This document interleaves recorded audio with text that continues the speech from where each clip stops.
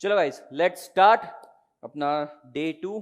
आज अपन actually chapter के अंदर जाएंगे। 3 ही चैप्टर है अपने को, बहुत इजी है। सिलेबस भी अगर तुम देखोगे इंस्टीट्यूट का क्वांटम बहुत छोटा दे रखा है, बहुत अच्छी बात है और अच्छी बात है हमारे लिए, ठीक है। लेकिन अपना रूल है कि अपन रिवाइज करेंगे सबसे पहले। तो अपन ने कल क्या क्या पढ़ा? स्ट्रेटेजिक मैनेजमेंट, ये वर्ड को तोड़ा। मैनेजमेंट, मैनेजमेंट ये वर्ड कौन से कंट्री से ओरिजिनेट है? ग्रीस से, ग्रीक लैंग्वेज से है। नाम क्या, मीनिंग क्या होता है उसका? नोमोस, नोमोस मतलब टू मैनेज। अच्छा, फिर मैनेजमेंट को तोड़ा अपन ने 3 वर्ड में। कौन कौन से 3 वर्ड में? Manage, main, tactics. अच्छा, मैनेज किसको करना है? रिसोर्सेस को। रिसोर्सेस होते हैं 5 टाइप के। कौन कौन से? मैन ने मनी से मशीन परचेज करी, मटेरियल डाल के अपने मेथड से प्रोड्यूस किया। अच्छा, मेथड से एक और चीज याद आया, आज के टाइम ना मेथड ऑफ बिजनेस चेंज हो चुके हैं। आज के टाइम पे मेथड ऑफ बिजनेस चेंज हो चुके हैं। बिजनेस कम नहीं हुआ है। देखो, होटल में आजकल तुम्हें भीड़ कम दिखेगी, डजंट मीन होटल का बिजनेस कम हुआ है।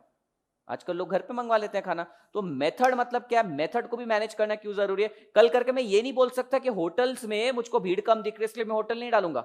नहीं नहीं, ये तो गलत है। होटल डालना चाहिए। अबे तू एनालाइज करना उसको, तो मेथड का एनालिसिस भी बहुत ज्यादा जरूरी है। इसलिए मैनेज किसको करना है? मेथड्स को भी करना है। उसके बाद आता है मेन। मेन में अपन ने क्या पढ़ा था? मेन को क्यों मैनेज करना जरूरी है? Because their nature is highly unpredictable, unpredictable nature के हैं। और टैक्टिस मतलब the act of acting differently with different people. चलो ये तो क्लियर हुआ। फिर अपन ने स्ट्रेटेजी वर्ड को तोड़ना चालू किया। स्ट्रेटेजी क्या? स्ट्रेटेजी और प्लान एक ही वर्ड है क्या? स्ट्रेटेजी और प्लान एक ही होते हैं? नहीं। प्लान, प्लान मतलब क्या होता है? It is a part of strategy. Strategy मतलब अल्टीमेटली अपने को ये अचीव करना है। प्लान मतलब प्लान ए बी सी, कितने भी प्लान हो सकते हैं उसके अंदर। अल्टरनेटिव प्लान्स को डायनामिक इन्वायरमेंट में जब डाल देते हो तो स्ट्रेटेजी बन जाती है। फॉर एग्जाम्पल, मूवी देखिए गाजी अटैक। मूवी किसी ने गाजी अटैक देखिए? अच्छा, गाजी अटैक में क्या होता है, मेरे को एग्जैक्टली उस कैरेक्टर का नाम याद नहीं, पर वो मेन जो इंडिया की तरफ से रहता है वो मर जाता है उसके अंदर, जिसने वो मूवी देखी होगी। उसके बाद वो अपना बाहुबली का जो विलन है, क्या नाम है उसका, राणा दुकावती, फिर वो संभाल लेता है उसको।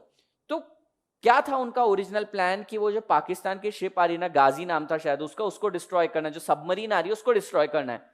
पर जो मेन बंदा है ना वो डिस्ट्रॉय नहीं कर पाता और मर जाता। तो एंड में ये अल्टरनेटिव प्लान लेकर आता है। पर स्ट्रेटेजी तो फुलफिल करी ना इन्होंने। स्ट्रेटेजी कैसे फुलफिल हुई?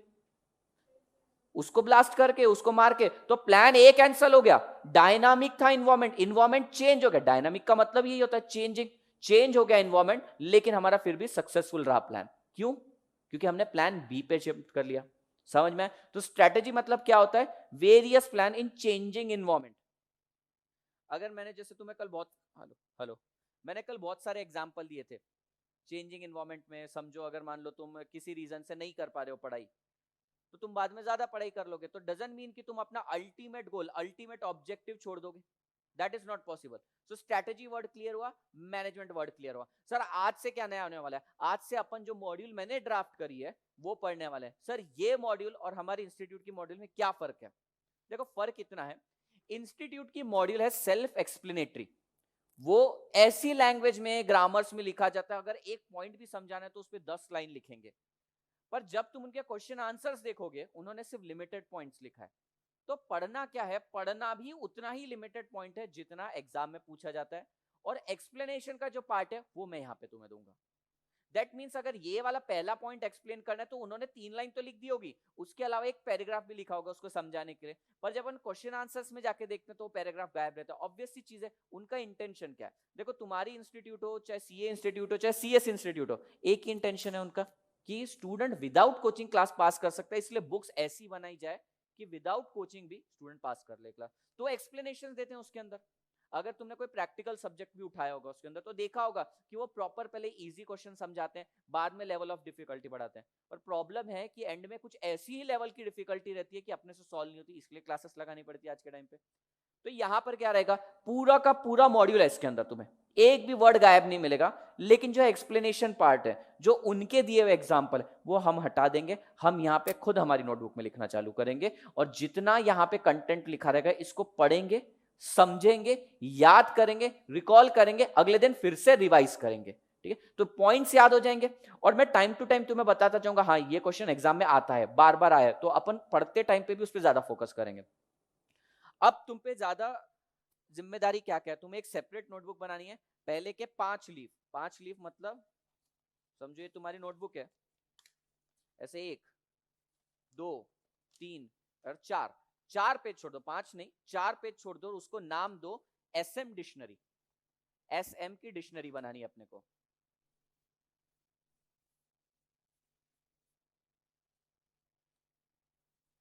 एसएम डिक्शनरी, सर ये एसएम डिक्शनरी में एक्चुअली होता क्या है? एसएम डिक्शनरी बेसिकली हमारी क्विक रेफरेंस की डिक्शनरी है। सर इस डिक्शनरी से फायदा क्या होने वाला है? एग्जाम के अंदर जब तुम्हें कोई आंसर लिखना है तो उसको लिखने के 2 तरीके होते हैं, एक अपनी लैंग्वेज में लिख दो, दूसरा एक proper must drafted quoted language को लिखा जाए। अब अगर मैं तुमको बोलूंगा कि satisfy the customer is the objective of a company, ये लिखना या to add the value for the customer, इन दोनों में से बेटर क्या लग रहा है तुमको? टू सेटिस्फाई द कस्टमर और to add the value to the customer? Satisfy the customer. तो ये वाला पॉइंट एग्जाम में आना चाहिए, ये वाले पॉइंट को हम उसके अंदर लिखेंगे, ठीक है। To tell you guys, satisfy the customer बहुत ऑर्डिनरी वर्ड है, टू एड द वैल्यू और टू क्रिएट द वैल्यू और value creation is the actual technical word which we need to use. तो दोनों का लगभग मीनिंग तो सेम है, लेकिन हम वो वर्ड यूज करेंगे, इसलिए हम हमारी डिक्शनरी बनाएंगे। अब तुमने अपने हाथ से लिखी रहेगी ये डिक्शनरी, तो तुम्हारा ध्यान भी रहेगा एक टाइम इसको पढ़ते हुए, और जब हम इसको रिवाइज करने जाएंगे तो सबसे पहले डिक्शनरी पढ़ा करेंगे, उसके बाद हमारे की पॉइंट्स रिवाइज करेंगे। दूसरा स्टेप ये रहेगा कि मैं तुमको बोलूंगा, ऑल्दो यहाँ पर सारी चीजें प्रिंटेड रहेगी, फिर भी मैं तुम्हें बोलूंगा इसको पॉइंट फॉर्म में कन्वर्ट करो। अगर तुम पहली डेफिनेशन देखोगे तो इसके अंदर मैंने 3 वर्ड्स हाईलाइट किए हैं, ये 3 वर्ड्स को ही तुमको वहां पे पॉइंट में लिखना है, बाकी आगे पीछे का ग्रामर अपन जोड़ देंगे। ग्रामर बनाने के लिए भी एक प्रॉपर लैंग्वेज चाहिए रहेगी, वो लैंग्वेज डिक्शनरी से बोरो करेंगे। तो हम खुद के नोट्स अभी एंड के लिए बनाना चालू कर देंगे सर। और अगले और क्या रहेगा, अगले दिन तुमको क्या करना है, डिक्शनरी 2 मिनट में पढ़ के आना है, जो मैंने कल पढ़ाया है, जो कल एडिशनल वर्ड्स पढ़ा है वो डिक्शनरी पढ़ना है, और जो तुमने कल के दिन पॉइंट्स लिखे थे सिर्फ उतना पढ़ना है, और अपन उसको समराइज करेंगे। आज अपन ने समराइजेशन कैसे किया, मैंने किया, कल से कौन करेगा, तुम लोग करोगे। समझ में आया? ओके, एक बार इसका वेटेज देख लेते हैं अपन। जून से मैंने इसका वेटेज लिया है, जून 17 से, क्योंकि उसके बाद सिलेबस चेंज हुआ है, तुम्हारा एमसीक्यू पैटर्न आ चुका है। 5 मार्क्स के एमसीक्यूज है टोटल, तो इस चैप्टर के लिए तुम 1 से 2 मार्क्स का एमसीक्यू समझ लेना। अब मेरी बात समझो, एमसीक्यूज आते हैं 1 से 2 मार्क्स के, क्या उसके लिए सेपरेटली एमसीक्यू के प्रिपरेशन करना जरूरी है क्या? नहीं, बिल्कुल नहीं। 100 200 से एमसीक्यू अगर मैं तुमको दे दूं, उससे बेटर है यही पॉइंट्स याद करते ना, इसी में से कोई पॉइंट पे पूछने वाले हैं वो। समझ में आया? ठीक है, कोई डाउट है तो पूछो, फिर आज अपन एक्चुअल एंटर करने वाले टॉपिक के अंदर। नहीं, बढ़े आगे। Okay, the first word is strategy. कल मैंने तुमको स्ट्रेटजी बताया था, strategy means plans made in dynamic environment. अब इन्वायरमेंट का मतलब क्या होता है? पहली डिक्शनरी का अपना पहला वर्ड लिखो, चलो बुक बनाओ। लाए हो नोटबुक आज, या आज भी डेमो वाले एक वही नोटबुक जिसके अंदर सब चल रहा है, 8 सब्जेक्ट की कॉमन नोटबुक? चलो लिखो, कॉपी कर लेना नई नोटबुक में। अपने को 50 पेज की बुक चाहिए बस, एकदम पतले वाला, या जो बुक तुम रोज शिद्दत से लाते ही लाते हो उसके आखिरी के 50 पेज छोड़ सकते हो। ये आसान है सर, पर वो वाली बुक पहले खत्म हो जाएगी तो फिर तुम एसएम की बुक नहीं लाओगे। चलो वो सब छोड़ो सर, बता दो क्या लिखना है। पहला लिखो एसएम डिक्शनरी, ऊपर हेडिंग डालो और उसके अंदर लिखो इन्वायरमेंट। इन्वायरमेंट, सर इन्वायरमेंट मतलब क्या होता है? क्या होता है इन्वायरमेंट? 12th में हमने पढ़ा था, क्या पढ़ा था इन्वायरमेंट अपन 12th में? Anything which surrounds us is environment. नहीं नहीं नहीं नहीं नहीं, वो नहीं है यहाँ पे इन्वायरमेंट। यहाँ पे इन्वायरमेंट का मतलब क्या है? माइक्रो एंड मैक्रो, डैश मारो। Environment means micro and macro factors. Environment मतलब माइक्रो और मैक्रो फैक्टर। अच्छा, माइक्रो और मैक्रो तो मालूम होगा तुम्हें, मालूम है? Micro means relating to a individual, macro means consideration of larger aggregates. अच्छा, एक बंदे ने बहुत अच्छी डेफिनेशन दी है, macro economics is the study of forest and not the tree.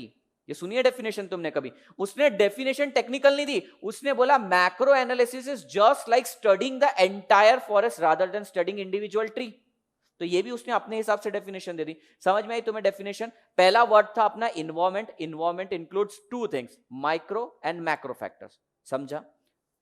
We'll start reading the definition. Strategy is all about integrating organizational activity. पहला word इसके अंदर strategy is all about integrating organizational activity. हमने कौन सी organisation को discuss करने का कल बोला था? We smart.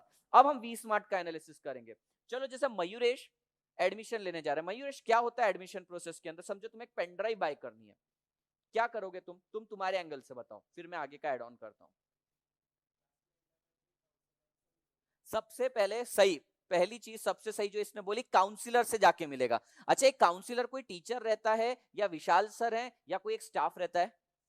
एक स्टाफ रहता है। तो भाई पहला ऑर्गेनाइजेशन में एंटर करते से इसको कौन मिला? स्टाफ मिला। आगे? ओके। हाँ,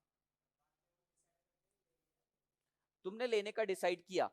अब अब फीस किसको पे करोगे? वी स्मार्ट को, वो मैम को पे करोगे या जो अकाउंट्स डिपार्टमेंट है उसको जाके करोगे? Accounts department. तो इसका सेकंड फंक्शन हो गया अकाउंट्स डिपार्टमेंट का। इंटरएक्शन देखो क्या क्या हुआ है, इसका हुआ है स्टाफ के साथ और अकाउंट्स डिपार्टमेंट के साथ। टीचर को कुछ मालूम नहीं अभी, टीचर तो पढ़ाने वाला है। अब इस तक ये इंफॉर्मेशन कैसे फ्लो होगी, इसके आगे का फ्लो मैं बताता हूं। फिर जनरेट होगी तुम्हारी बैच, बैच जनरेट होगी और बैकएंड अकोला में, बैकएंड अपना अकोला टीम में जाएगा ये वेरिफिकेशन के लिए। ठीक है, काफी केस में, पेनड्राइव के केस में स्टूडेंट को कॉल आता है, फिर वहां से कॉल आया, ये बैकएंड टीम ने काम किया, जो है हमारा बीपीओ, क्या है बीपीओ है अपना। वहां से हमको कॉल आएगा फैकल्टीज को, सर ये आपकी पीडी बाय करने वाला है, इसको बुक्स इशू करो। बुक्स इशू करने के लिए हम एक साइन करके डॉक्यूमेंट देंगे, किसके पास? हमारे यहाँ पे स्टोर कीपर के पास। वो स्टोर कीपर इशू करेगा बुक बानेर ऑफिस में और बानेर से बुक डिस्पैच होगी। कितना लेंदी प्रोसेस है सर, इतनी करने की क्या जरूरत थी? सीधा वहां जाते, पैसे देते, पीडी और बुक्स लेते, लेक्चर देखना चालू कर देते।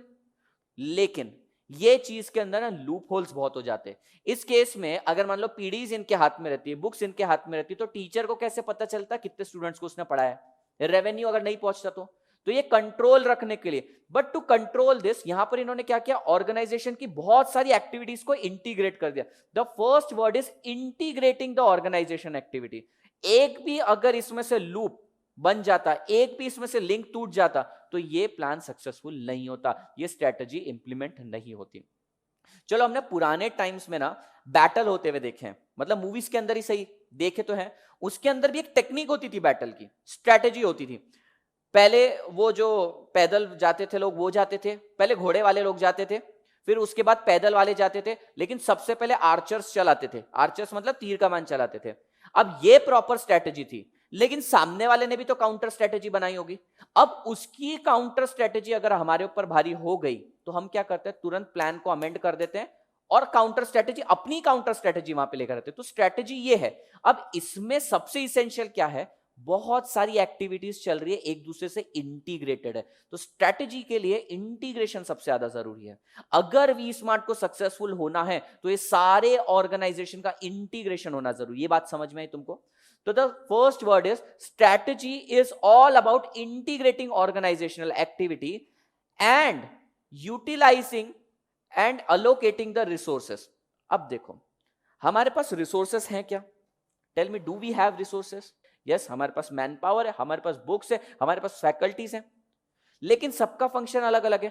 तो ये स्ट्रैटेजी में क्या होता है? सबसे पहले ऑर्गेनाइजेशन को इंटीग्रेट करते हैं, एक साथ जोड़ देते हैं, उसके बाद एक एक को रिसोर्स अलोकेट करते हैं। ये काम तेरा, ये काम तेरा, ये फंक्शन तेरा, ये रिस्पॉन्सिबिलिटी तेरी। इसी तरीके से कोई बैटल जीता जाता है। स्ट्रैटेजी ये जो वर्ड है ना, ये बैटल फील्ड के लिए पहले सबसे पहले बनाया गया था। बैटल समझता है तुमको? लड़ाई के लिए, युद्ध के लिए बनाया गया था, और उसके बाद गेम्स में यूज करना चालू किया। समझ में आया ये part? Strategy is all about integrating organizational activity and utilizing and allocating the scarce resources within the organizational environment so as to meet the present objectives. खत्म हुई डेफिनेशन।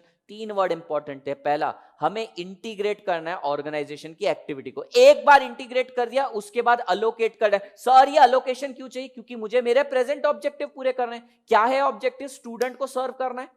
स्टूडेंट को सर्व करते करते एक ऐसी स्ट्रेटेजी बनानी कि इंडिया में नंबर 1 पे पहुंचना है।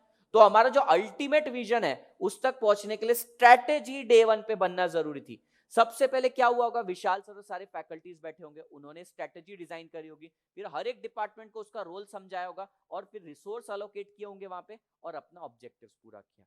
क्या ये डेफिनेशन समझ में आई? अब बिना देखे हम ये डेफिनेशन बोल सकते हैं, strategy is all about integrating organization activity and utilizing and allocating the scarce resource. पहले अलोकेट किया, सॉरी एक्टिविटी को इंटीग्रेट किया, उसके बाद यूटिलाइज एंड अलोकेट किया। Why we have done this? To meet the present objective. समझ में आया? सर इतना क्यों डिटेल में बताया डेफिनेशन? देखो बहुत सिंपल है, लैंग्वेज हम लोगों की खराब, दूसरी बात पेपर में लैंग्वेज अपनी खराब रहती है, प्लस अपन इंडियंस इंग्लिश को की माँ बहन कैसे करनी अपने को सब आता है, टांग तोड़ते हैं अपन इंग्लिश की, ग्रामर तो भाई अपना पूरा ही खराब है। उसमें से ये सब्जेक्ट है फिलोसॉफी का बेस, तो इसके अंदर जो वर्ड यूज करे ऑलरेडी हाई फाई यूज किया। अगर तुमको बोलूं स्ट्रेटेजी की डेफिनेशन बना दो, कम से कम 100 से 200 डेफिनेशन अवेलेबल है गूगल पे, पर इंस्टीट्यूट क्या एक्सेप्ट करेगी? जो उन्होंने बुक में लिखा हुआ है। तो उन्होंने बुक में लिखा हुआ ये भी लिखना डिफिकल्ट है हमारे लिए, इसलिए पहले तो इसको समझा डिटेल में। अच्छा सर ऐसे हर एक को पढ़ने की जरूरत है कि नहीं? कई बार सिर्फ इंप्रेशन डालना है सामने वाले पे अपने को, तो स्टार्टिंग में अपन ये डेफिनेशन लिख देंगे। स्ट्रैटेजी का कुछ भी दिखाना अपने को क्वेश्चन, तो स्टार्टिंग में ये लिख देंगे। समझो अपने को आंसर नहीं जमता, तो स्टार्टिंग में लिख के इंप्रेशन मार दिया अपन ने, बाकी फिर अपनी टूटी फूटी लैंग्वेज में लिखना पड़ेगा, क्योंकि ऑल्दो अपने को नहीं आता तो भी मार्क्स तो चाहिए। तो ऐसे समय क्या करेंगे, कुछ चीजें हमें रटनी पड़ेगी, मेमोराइज करनी पड़ेगी। पहले मैंने तुम्हें समझा दिया, अब तुम इसे बुक में लिखोगे, फिर अपन इसको रिकॉल करेंगे। लिखो स्ट्रैटेजी। ये चालू कर दो ये फैन वगैरह, गर्मी हो रही है तो।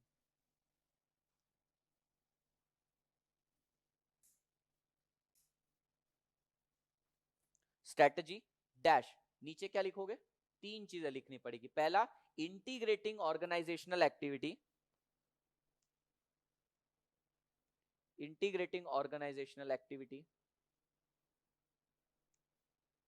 नीचे के पॉइंट में dash, utilizing and allocating scarce resource, utilizing and allocating scarce resource, dash, meeting present objectives.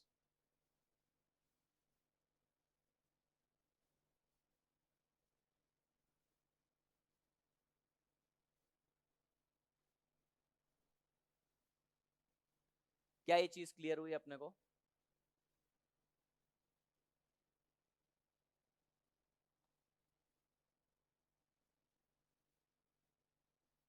कभी भी ना कोई भी सब्जेक्ट तुम स्टार्ट करो पढ़ना, जिस दिन फर्स्ट डे क्लास में बैठते हो, सेकंड डे बैठते हो ना, एक ही तुमसे एक्सपेक्टेशन रहती है कि तुम सिर्फ बेस स्ट्रॉन्ग करो।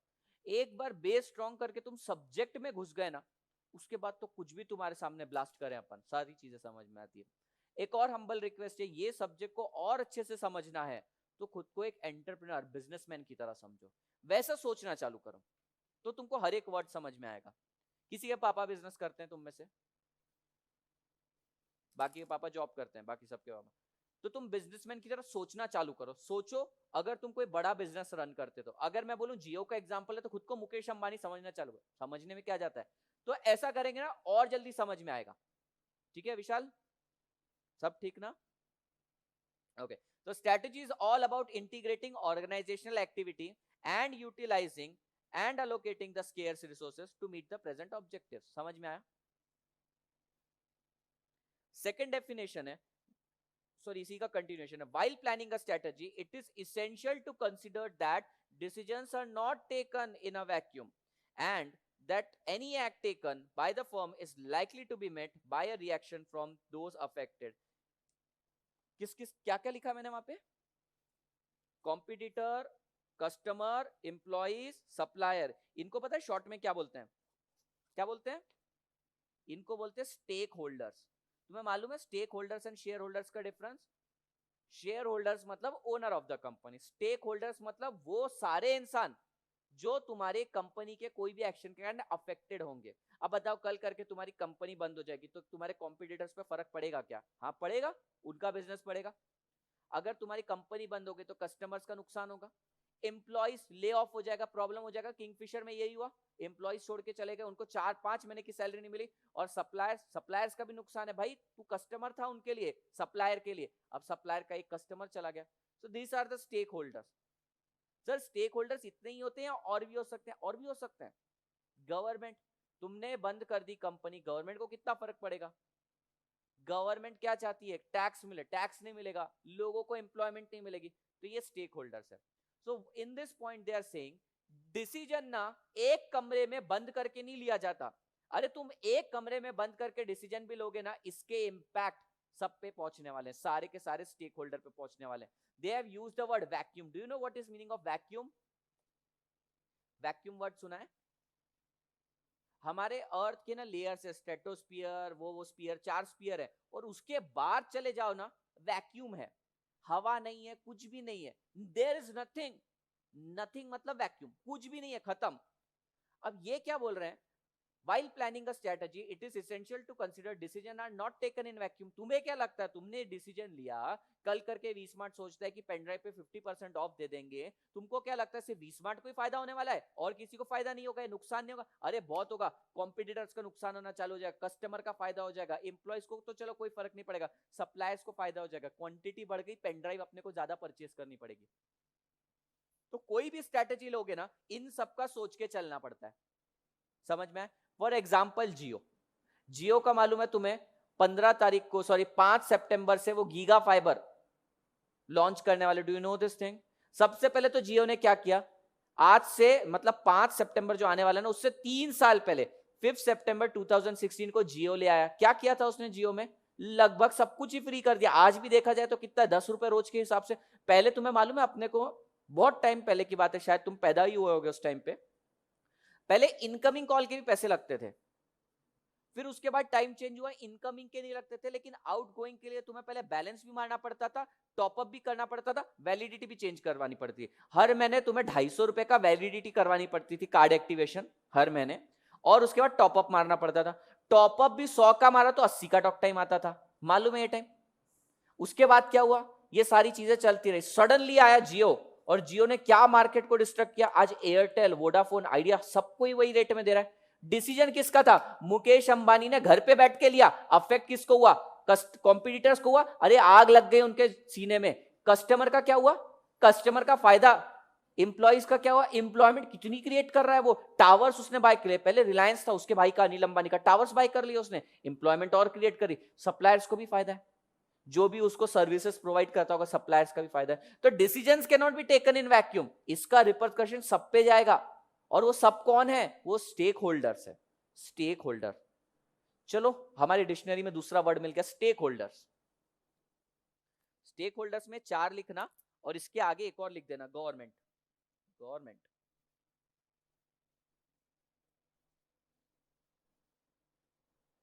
क्या हुआ पूजा? बनाओ डिक्शनरी, काम आएगी। आम जिंदगी में हम क्या करते हैं, डिक्शनरी लेते हैं, पढ़ते हैं। ये मिंटोस जिंदगी, इसके अंदर हम क्या करेंगे, हमारी खुद की डिक्शनरी बनाएंगे। सर 30 मार्क्स का है, पढ़ा के पास करवा दो ना। नहीं नहीं नहीं नहीं नहीं, तुमसे ये एक्सपेक्टेशन नहीं है पास होने के बाद। पास होने के बाद ना, क्लाइंट तुम्हारे सामने ऐसी नजरों से देखता है ना कि तुम भगवान हो उसके, तुम उसको हर चीज बता सकते हो। उसके बच्चे का ब्रेकअप हो गया, इसका भी एडवाइस तुम दोगे? वह नहीं, सच्ची में मजाक नहीं कर रहा, मेरी प्रैक्टिस भी है सीए की। अपने बच्चों के रोने धोने मेरे को सुनाते हैं, सर वो पढ़ता नहीं है, अभी क्या करूं, अभी 8th स्टैंडर्ड में, कितना टफ है। अभी सुना अपने लिए 8th स्टैंडर्ड कितना टफ है, वो बोल रहे हैं हमारे सामने। बोलते हैं मेरे बच्चे का 8th स्टैंडर्ड है, क्या होगा उसका। मेरे मन में क्या चलता है, मेरे मन में उसमें सॉन्ग चलते हैं, गाने चलते हैं, क्या करूं इसकी बातें सुन के। तो ये चीजें हमें डिफरेंशिएट करेगी कि क्लाइंट ये सारी चीजें बताएगा, फिर अपन स्ट्रेटेजी बता सकते हैं। आई वाज टॉकिंग अबाउट जियो, मैंने यहाँ लिख कर रखा एग्जांपल जियो का। गीगा फाइबर, गीगा फाइबर क्या है? बेसिकली वर्ल्ड वाइड यूएस जैसी डेवलप कंट्रीज के अंदर भी ना, downloading speed, average downloading speed कितनी है? 90 एमबीपीएस। मतलब 1 सेकंड में डाउनलोड करना है तो 90 एमबीस डाउनलोड हो सकता है। जियो 5 सितंबर से मिनिमम बेसिक प्लान ला रहा है 100 जीबीपीएस का। 100 जीबीपीएस कम से कम, 100 एमबीपीएस, 100 एमबीपीएस 1 सेकंड में डाउनलोड होगा। और ये किसके लिए? ये कमर्शियल लोगों के लिए। अब जरा सोचो, वी स्मार्ट, वी स्मार्ट का तुम जरा सोचो, कल रिजल्ट आ गया, आज जो ऑर्डर गए हैं ना वी स्मार्ट से फास्ट ट्रैक वीडियोस डाउनलोडिंग, कम से कम 7 से 8 हजार ऑर्डर एक दिन में।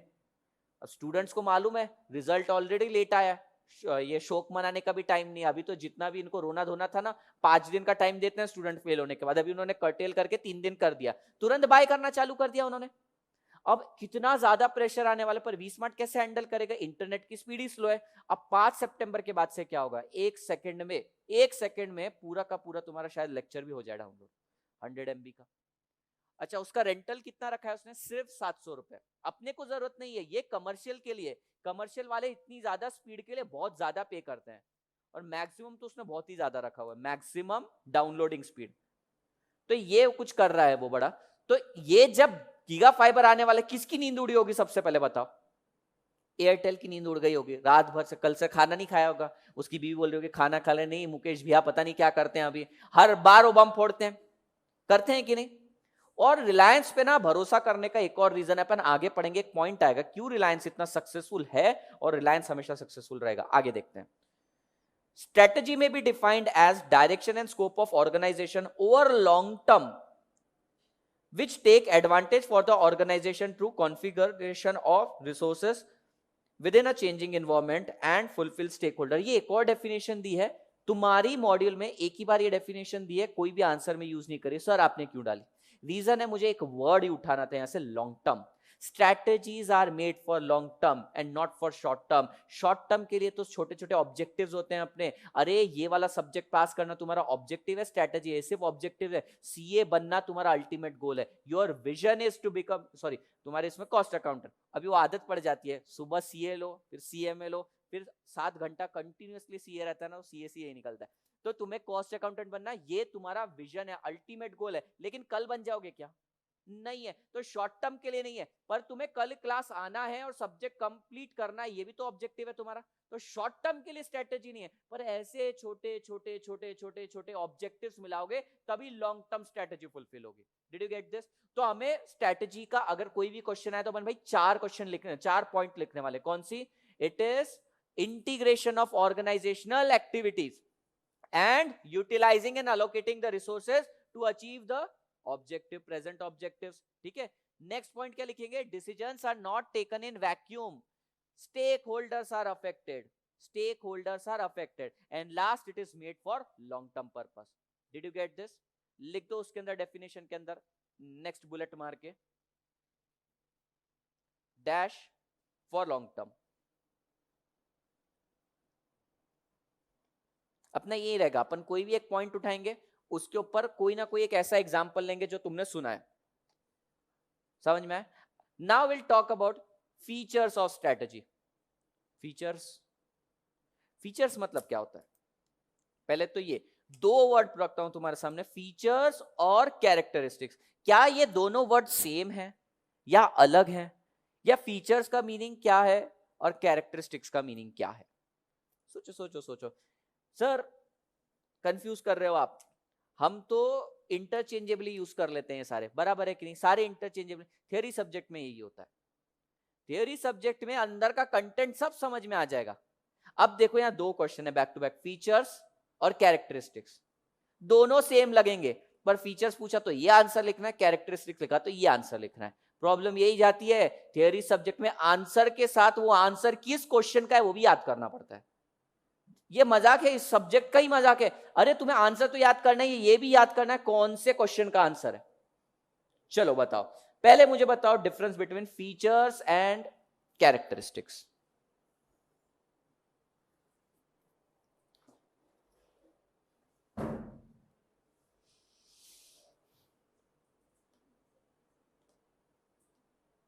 तुम्हारा नाम? प्रणव। समझ, तू लड़की देखने जाता है। इमेजिन करो जरा, तुम इमेजिन करो, मैं जहां बोलता हूं ना, मैं जो बोलता हूं ना, तुम तुरंत इमेजिन करना चालू कर दिया करो। मैं बोल रहा हूं ना बेवड़ा है, तू पीकर है, तो एकदम महसूस किया करो हाँ कि हम पीकर गिरे पड़े हैं। और भी बताऊंगा, चलो आगे क्या बेवड़े की कहानी सुनाऊंगा। चलो ये लड़की देखने गया, इमेजिन करो ये लड़की देखने के लिए बैठा है और तुम सब इसके दोस्त यारों बाजू में बैठे हैं। लड़की से ज्यादा ये शर्मा रहा है, ठीक है? फिर भी ये पूछ रहा है, क्या पूछेगा तू उसके पापा से? आप आपकी लड़की के फीचर्स बताओ या कैरेक्टरिस्टिक्स बताओ। क्या बोलेगा? लड़की दे दो यार। ये नहीं रे, इतना उतावला मत बन, तू कॉस्ट अकाउंटेंट बनने वाला है, ये चीज इतना उतावलापन नहीं चलेगा। बता क्या बोलेगा? लड़की के क्या देखते हैं अपन? फीचर्स देखते हैं, कैरेक्टरिस्टिक्स देखते हैं। अच्छा विशाल, क्या देखेगा लड़की के, कैरेक्टरिस्टिक्स या फीचर्स? फीचर्स। मयूरेश कैरेक्टरिस्टिक्स। अच्छा तुम क्या देखोगे? लड़की के नहीं, लड़के के, पागल। कैरेक्टरिस्टिक्स। शादी हो गई? क्या देखा था लड़के में? कैरेक्टरिस्टिक्स या फीचर्स? इससे पूछना चाहिए था अपने को, है वो हमारा अरेंज है लव है? अरेंज है, बढ़िया। फिर वो आए होंगे घर पे लड़के वाले, तो उन्होंने क्या बोला, लड़की के बारे में कुछ बताओ, यही बोला होगा, या पंडित से पूछा होगा लड़की के बारे में कुछ बताओ। देखो फीचर्स मतलब क्या होता है, जो गुण तुम में ऑलरेडी है उसको फीचर्स बोलते हैं, और कैसा होना चाहिए उसको कैरेक्टरिस्टिक्स बोलते हैं। लड़की देखने जाओगे, वो कैसी है तुम्हें उसमें इंटरेस्ट रहेगा, वो कैसी होनी चाहिए उसमें इंटरेस्ट नहीं है। फीचर्स देखेगा भाई तू लड़की के, समझा? सच्ची समझा? हाँ फीचर्स ही देखना, कैसी होनी चाहिए वो तो तुम बोलोगे कैटरीना कैफ जैसी होनी चाहिए, इंद्रा नूरी जैसे उसने कमाना चाहिए, और हिमा दास जैसे उसने एथलीट होना चाहिए। नहीं नहीं नहीं नहीं, ये सारी चीजें नहीं चलती। अरे जो है वो बताओ ना। मोबाइल देखने जाते हो, मोबाइल के कैरेक्टरिस्टिक्स बोलते हो, फीचर्स बोलते हो? फीचर्स। क्यों? क्योंकि वो ऑलरेडी है उसमें, तो जो है वो देखना है। तो स्ट्रेटेजी के अंदर क्या क्या होता है वो देखना है, और कैसी आइडियल स्ट्रेटेजी होनी चाहिए वो कैरेक्टरिस्टिक्स होता है। अब देखो बहुत फाइन लाइन, मतलब grey area, we call this as grey area. ये ना ही ब्लैक है ना ही पूरी तरीके से व्हाइट है, ना ही स्ट्रेटेजी सॉरी फीचर्स और कैरेक्टरिस्टिक्स ये दोनों इंटरचेंजेबली भी कई बार तुमने यूज किए हैं। Show us the features, characteristics. और प्रैक्टिकल सब्जेक्ट में तो चलता है भाई, प्रैक्टिकल सब्जेक्ट में तो कुछ भी चलता है, वहां तो एडवांटेज भी लिख देते हैं अपन। कैरेक्टरिस्टिक्स ऑफ स्ट्रेटेजी की जगह एडवांटेज ऑफ स्ट्रेटेजी भी लिख देते हैं। यहां हर चीज का डिफरेंस है। समझ में आया? पहले तो फीचर्स, वसुंधरा फीचर्स और कैरेक्टरिस्टिक्स में समझा डिफरेंस? फीचर्स मतलब जो है उसके अंदर ऑलरेडी, और कैरेक्टरिस्टिक्स मतलब जो होना चाहिए। पहला मीनिंग समझ में आया? Okay. Strategy is important to foresight the uncertain event. क्या बोला? Strategy is important to foresight the uncertain event of the industry. पढ़ो एक बार इसका, और मेरे को जो हाईलाइटेड वर्ड है उसका मीनिंग तुमको देखकर क्या समझ में आता है। यू आर एन एंटरप्रेन्योर, तुम बिजनेसमैन हो, उसके एंगल से सोचो।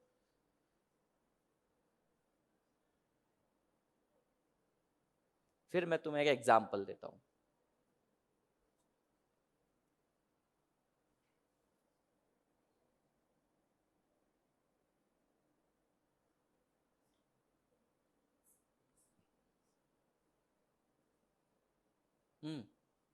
पापा की ब्रांडी पीने वाली लड़की, हाँ तुम ही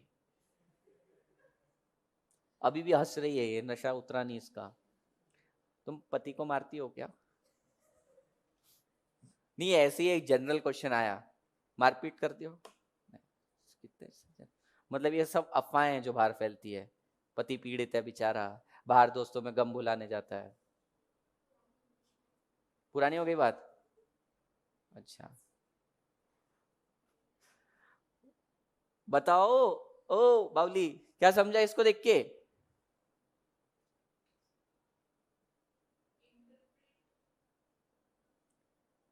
देखो पहले तो खुद को एक एंटरप्रेन्योर समझ लो। हाँ बिजनेस चला रहे अपन, कौन सा चला रहे हैं? कोई भी इमेजिन करो तुम बिजनेस, कोई भी बिजनेस, छोटा बड़ा चलेगा।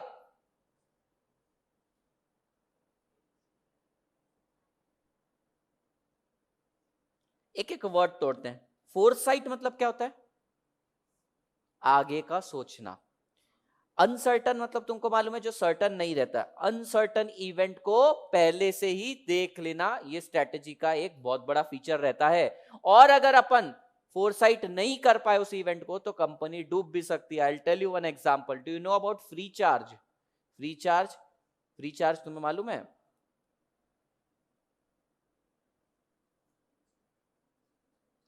ये बिल्कुल उसके जैसा है, अपना पेटीएम जैसा। मोबी की क्या है वो पता नहीं, वैसे वॉलेट्स रहते हैं। तो फ्री चार्ज, फ्री चार्ज किसी ने यूज किया है? किया है। कब से यूज कर रहे हो तुम? हाँ कब किया था लेकिन? फ्री कूपन था, 1 साल हो गया। आज से मैं तुम्हें 4 साल पहले की स्टोरी बताता हूं। फ्री चार्ज पे अगर तुम 10 रुपए का भी रिचार्ज करवाते थे, 10 रुपए का भी, तो तुम्हें 25 रुपए का मैकडोनल्ड का कूपन फ्री मिलता था। हाँ सच्ची, स्टार्टिंग में ये किया। तो मैं क्या करता था, 10 रुपए का रिचार्ज डालने का, वहां पे खा लेने का। मेरा तो खैर मैकडी में उन्होंने मंथली कूपन ही बना दिया होगा, डेली जाता था मैं वहां पे। क्यों? 10 रुपए के रिचार्ज पे तुम्हें कूपन मिल रहा है और 25 रुपए का बर्गर भी मिल जाता था। तो स्ट्रैटेजी क्या थी इसकी? स्ट्रैटेजी ये थी कि पहले जो लोग शॉप पे जाके रिचार्ज करवाते थे वो आदत तोड़ते हैं।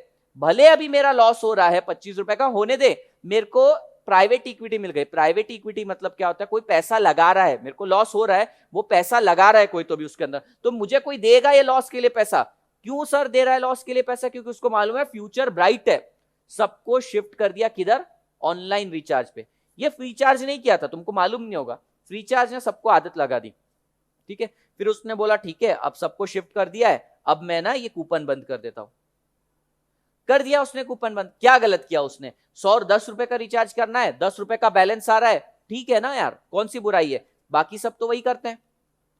ये बेचारे ने लॉस झेल झेल कर मार्केट को खड़ा किया और पेटीएम आया तुरंत और उसने एग्जिस्टिंग मार्केट में अपना प्रमोशन करके ले गया। प्रॉब्लम क्या थी? फ्यूचर में जो अनसर्टेनिटी आने वाली थी उसको प्रेडिक्ट ही नहीं कर पाए, स्ट्रेटेजी नहीं बना पाए। उसने क्या बोला? लोगों को आदत लगानी है। अरे तेरी बात सही है, लोगों को आदत लगानी है, पर कॉम्पिटिटर्स का क्या, वो भी तो आ सकते थे। तो उसने फ्यूचर को फोरसाइट नहीं किया, यानी फ्यूचर को देखा ही नहीं। तो स्ट्रेटेजी में फोरसाइटनेस होनी चाहिए, आगे का फ्यूचर देखते आना चाहिए अपने को। Did you get this point? Future is uncertain, ये तो हमको मालूम है। अरे पूरी मेहनत फ्री चार्ज ने करे।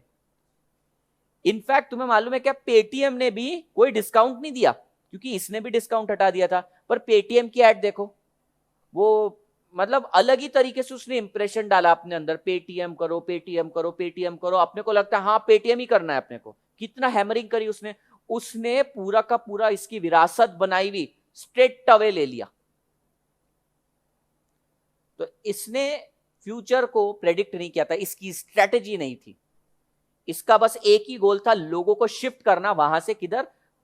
ऑनलाइन पे शिफ्ट करना। लेकिन प्रॉब्लम थी उसने फ्यूचर को फोर्स ही नहीं किया। पहला पॉइंट समझा? देखो क्या है point? A strategy is important to foresight the uncertain events. ठीक है, तो तुम्हारे बुलेट जो बनेंगे उसके अंदर लिख देना डैश अनसर्टन इवेंट। एंड में देता हूं टाइम, पूरा ये समझाने के बाद फिर फटाफट फटाफट से बुलेट लिख देना, फोरसाइट अनसर्टन इवेंट। अगला, strategy deal with long term development rather than routine operation. Uber ने रिसेंटली, उबर मालूम सबको? उबर ने recently 10 crore active subscriber note किया है। दैट मींस उबर के पास एक्टिवली ट्रैवल करने वाले 10 करोड़ लोग हैं। कितना प्रॉफिट कमाती होगी कंपनी? जरा सोचो, 10 करोड़ लोग, उबर, ओला और उबर में से उबर को 10 करोड़ लोग यूज करते हैं, जिनका अकाउंट है और जो ट्रैवल एक्चुअली करते हैं। पूरा एनालिसिस किया, कितना कमाती होगी वो कंपनी पर डे? उसमें से हाफ भी अपन मान लेते कि 5 करोड़ लोग भी ट्रैवल करते हैं, 1 रुपया भी कमा रहा है, समझो, एक नहीं बहुत कमाता होगा, समझो एक भी कमा रहा है, तो दिन के 5 करोड़, साल के लगभग 200 करोड़ तक अपन पकड़ ले। मिलियंस के लॉस में, मिलियंस मिलियंस, अरे मतलब उसका कोई लॉस का कोई ठिकाना नहीं है। अब बोलोगे कैसे सर? उबर सबको मालूम है। अच्छा, अपने को कैब अगर सुनते तो दो ही नाम याद आते हैं, पहला ओला और दूसरा उबर। ठीक है, उबर फिर भी इतने लॉस में। अरे चल लॉस में है क्या, बावली है क्या वो कंपनी जो चलाए जा रहा है अब तक? अच्छा वो भी ठीक है, कब बंद करेगा? ये सारे क्वेश्चन आने चाहिए। नहीं नहीं नहीं नहीं, वो लॉन्ग टर्म के लिए बना है, उसको मालूम है। उबर मालूम है तुम लोगों को सिर्फ इंडिया में नहीं, इंडिया के बाहर ज्यादा चलता है, और वो वहां पे कमाते हैं और इंडिया में लॉस सहन कर रहा है। क्यों सहन कर रहा है? तुम्हें मालूम होगा, Indian population is 1/6 of the world population. उसको मालूम है एक ही कंट्री को टारगेट कर लो अपना पेट भर जाएगा। लेकिन इस कंट्री में टारगेट कैसे करते हैं लोगों को? पहले तो आदत लगानी पड़ती है। ठीक है, सेम फ्री चार्ज वाली स्टोरी हो सकती है इसके साथ। इसने आदत लगाई लेकिन दूसरा फायदा उठा लेगा, पर उबर इतना बावला नहीं है। उबर को मालूम है इतना बड़ा इंफ्रास्ट्रक्चर मैनेज करना किसी के लिए पॉसिबल ही नहीं है, और अभी भी लॉस में, इसलिए कोई आ भी नहीं रहा, एंटर भी नहीं कर रहा, क्योंकि मालूम है उबर सस्ते में दे देता है, लॉस सहन कर लेता है लेकिन कस्टमर को सेटिस्फाई करता है। उबर इज इन लॉस, अभी तुम पता करना इस चीज के बारे में। तो उसका विजन क्या है? जिंदगी भर लॉस सहन करना किसी एंटरप्रेन्योर का रीजन नहीं रहता बिजनेस करने का। लॉन्ग टर्म डेवलपमेंट, भाई फ्यूचर के लिए कर रहा हूं। I told you strategy is always made for future. समझ में आया? तो दो पॉइंट कौन कौन से पढ़े? Foresight, future uncertain event and long term development. ठीक है, नेक्स्ट है strategy is created to deal behaviour of consumer and competitor. Again Jio ने ऐसा काम किया है ना कि तुम्हें लगभग हर जगह जियो को पुट कर सकते हो। जियो ने ना सच में कॉम्पिटिटर्स की नाक में दम करके रखा है। मैं तुम्हें बोल रहा हूं, कल करके तुम्हें मान लो आइडिया का मालिक मिल गया ना, वो परेशान होगा आज बेचारे, क्या करेगा ये 5 सितंबर को, कितना इंपैक्ट आने वाला है इसका। तुम्हें क्या लगता है आइडिया हो गया, एयरटेल हो गया, ये सिर्फ तुम्हें मोबाइल सिम वगैरह देते हैं? नहीं नहीं, इनका वो काम नहीं देते हैं, कमर्शियल बेसिस पे ब्रॉडबैंड सर्विसेज भी देते हैं। जियो सबका सब ले जाएगा, एक दिन में ही सब ले जाएगा। पहले जियो को अपन गाली देते थे, अपन बोलते थे फ्री तो है पर कितना अनरिलायबल है। अभी सबके पास 2 नंबर है, उसमें से एक नंबर जियो है, और जियो तुमको फ्री कॉलर ट्यून भी देता है, फ्री मिस कॉल अलर्ट भी देता है, सब कुछ देता है। 3-4 साल जाने दो, वो एक ऐसा मोबाइल ले आएगा, इंडिया में ऐसी मोनोपोली क्रिएट कर देगा कि तुम सबको भूल जाओगे। Strategy is created to deal behaviour of the customer, to deal behaviour of customer and competitor. Strategy बनाई क्यों जाती है? स्ट्रेटेजी बनाई जाती है 3 रीजन से। पहला, अपने बिजनेस को कंडक्ट करना, दूसरा कस्टमर को सेटिस्फाई करना, तीसरा कॉम्पिटिटर के साथ डील करना। तो स्ट्रेटेजी बनाई क्यों तूने? To deal with behaviour of customer and competitors. Strategy इन्हीं के लिए बनाई जाती है। अच्छा इमेजिन करो, पूरे पुणे में, पूरे इंडिया में अगर मैं अकेला ही एसएम सब्जेक्ट पढ़ाता हूं, क्या मुझे कोई स्ट्रेटेजी बनाने की जरूरत है? नहीं, कस्टमर है, ऑलरेडी कस्टमर है। अगर तुमने सीएमए के अंदर आए हो, सीडब्ल्यूए के अंदर आए हो, तो तुम ये सब्जेक्ट करने ही वाले हो, तो मुझे तुम्हारे बिहेवियर से डील करने की कोई जरूरत ही नहीं है, कोई कॉम्पिटिटर भी नहीं है, तो स्ट्रेटेजी बनाऊंगा क्या? नहीं बनाऊंगा। Strategy is created to deal with behaviour of customer and competitor. 3 point वापस बोलो, ये एग्जाम के क्वेश्चन है। पहला है फोरसाइट द अनसर्टन इवेंट, दूसरा लॉन्ग टर्म डेवलपमेंट, तीसरा to deal with the behaviour of customer and competitor. Next point, the strategy is well defined road map. Underline करना, well defined road map. Road map को double underline. अभी तुम बोलोगे sir highlight करके रखा है, क्यों अंडरलाइन? ये सेम क्वेश्चन मैंने मेरे इंटर के स्टूडेंट से पूछा, सीए वालों से। बोलते सर हमको सुकून मिलता है, ये जब ब्लैंक बुक देखते हैं ना, हमको लगता है हमने पढ़ाई नहीं करी। अच्छा तुम उसका क्वेश्चन होगा सर बुक ही नहीं है हमारे पास, हम कैसे अंडरलाइन करें? कोई बात नहीं, तुम्हारे पास बुक आएगी ना तो भी अंडरलाइन करना। आत्मा को शांति मिलती है, और आत्मिक शांति के लिए सब करना पड़ता है। अच्छा मैंने फिर क्या किया, मेरे स्टूडेंट्स को छेड़ता हूं मैंने अगली बार ना नेक्स्ट एडिशन बनाया, उसमें अंडरलाइन भी करके हाईलाइट करके दिया, अंडरलाइन किया, वो उन्होंने हाईलाइटर मारा उसके ऊपर। फिर ये हाईलाइटर रहता है ना येलो कलर का लिपस्टिक, ये लिपस्टिक मार दी उस पर। अब मैं क्या करूं इनका? कुछ नहीं। फिर मैंने बोला अब फिलिंग द ब्लैंक्स, अब क्या करोगे? बुक तो भरवाऊंगा तुम्हारी। Okay, a strategy is well-defined roadmap of an organization. It defines the overall mission, vision and direction of an organization. ये चीज को, इसको एक्सप्लेन करने के लिए मैं तुम्हें टेस्ला मोटर्स का एग्जांपल दूंगा। Do you know Tesla Motors? Tesla Elon Musk की कंपनी है, टेस्ला मोटर्स। ये क्या बोलते हैं कि इनको बाय 2030 तक सारा का सारा वर्ल्ड इलेक्ट्रिक व्हीकल पे शिफ्ट करना है। ये इनका विजन है। चले अपन इसका विजन पढ़ते हैं। ये गूगल से लिया गया है, और अब भी ताजा 12:30 बजे लिया है। विजन देखो भाई का, Tesla's vision statement is to create most compelling car company, to create most compelling car of a 21st century, car company of a 21st century by driving the world's transition to electric vehicle. 2 line में इसने दुनिया हिला दी।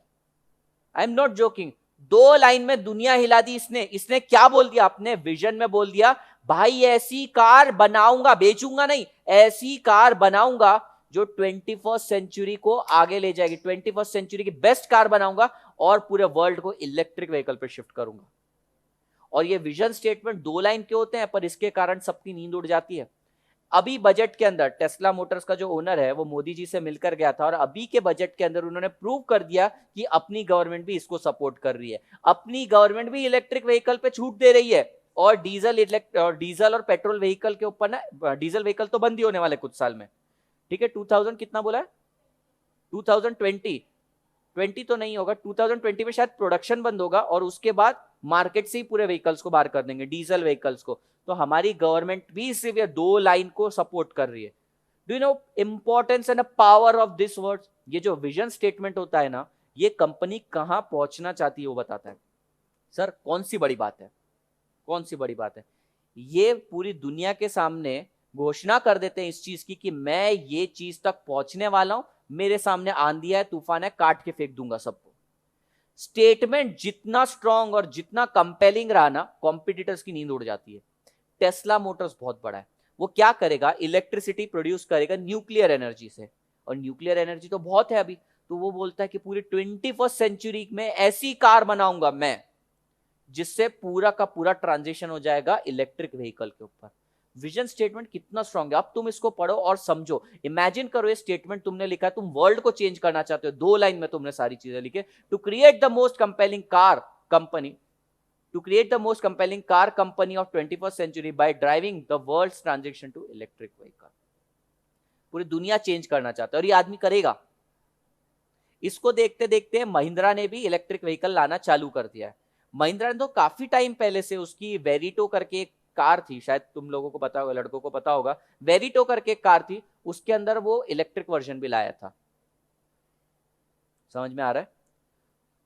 Basically ये पता है क्या है, ये तुम्हारा फ्यूचर का रोड मैप है। इसने बता दिया मैं ये रास्ते से जाने वाला हूं।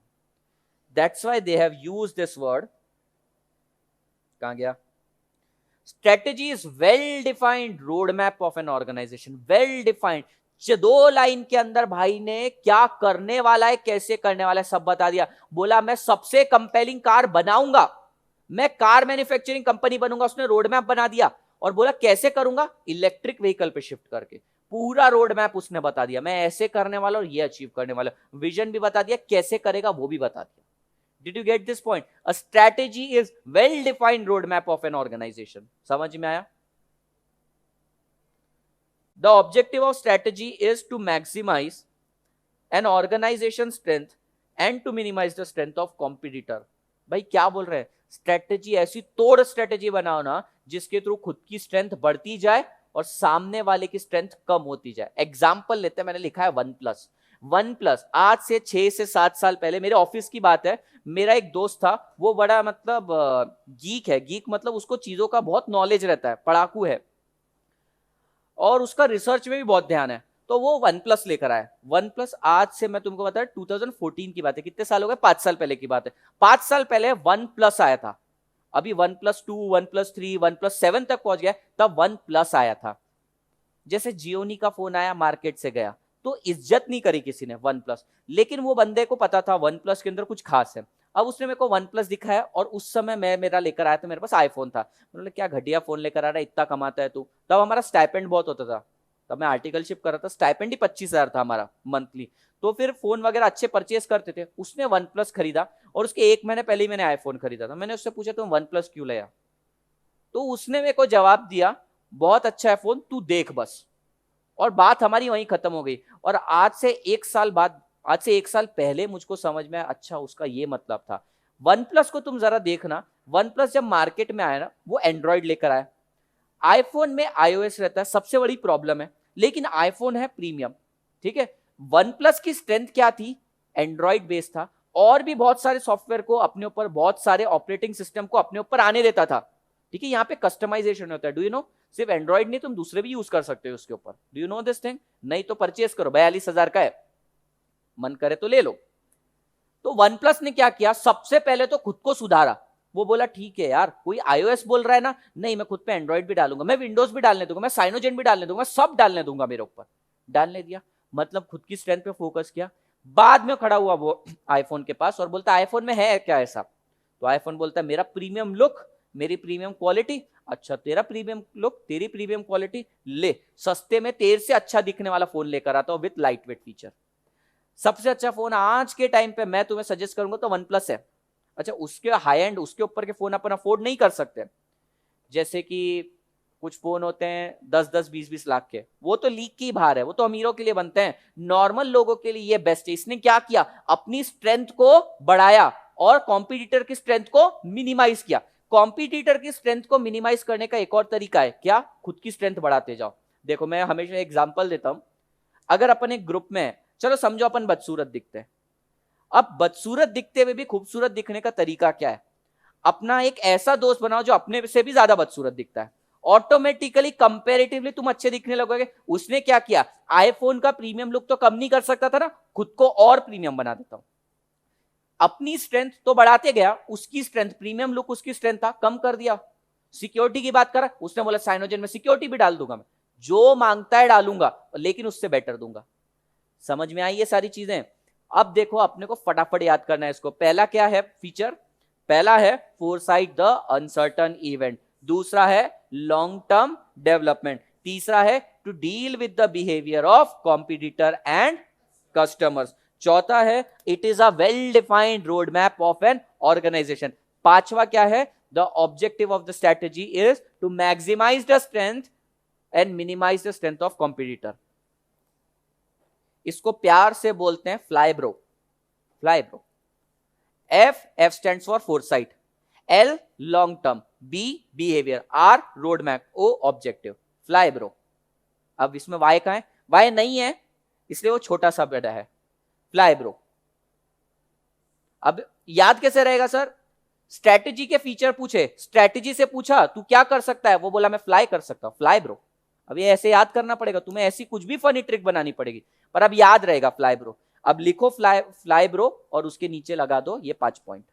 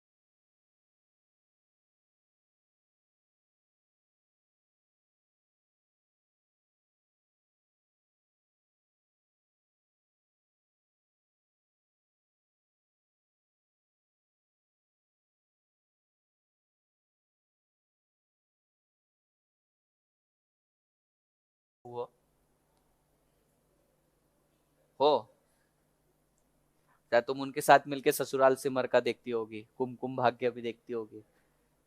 नहीं सर, उतने भी हम पिछड़े हुए नहीं है। क्या देखते हो तुम लोग वैसे, इन जनरल क्या देखते हो तुम लोग आजकल टीवी पे? बाकी सब तो मेरे मेरे से छोटे होंगे ना, एज कितनी है? 25, बराबर ही के, मतलब क्या देखते हो तुम लोग टीवी पे? टीवी नहीं तो मोबाइल पे, मोबाइल, हाँ वही मोबाइल पे क्या देखते हो? मूवीज, वो भी जियो टीवी पे देखते होगे मूवीज फिर? अच्छा, लेकिन डाउनलोड करने के लिए कौन सा कार्ड है?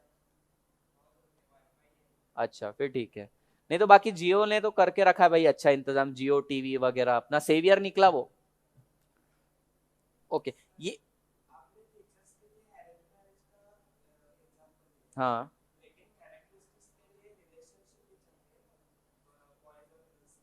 मतलब, नहीं क्या, हाँ कैरेक्टरिस्टिक्स में बोला कैसी होनी चाहिए, हाँ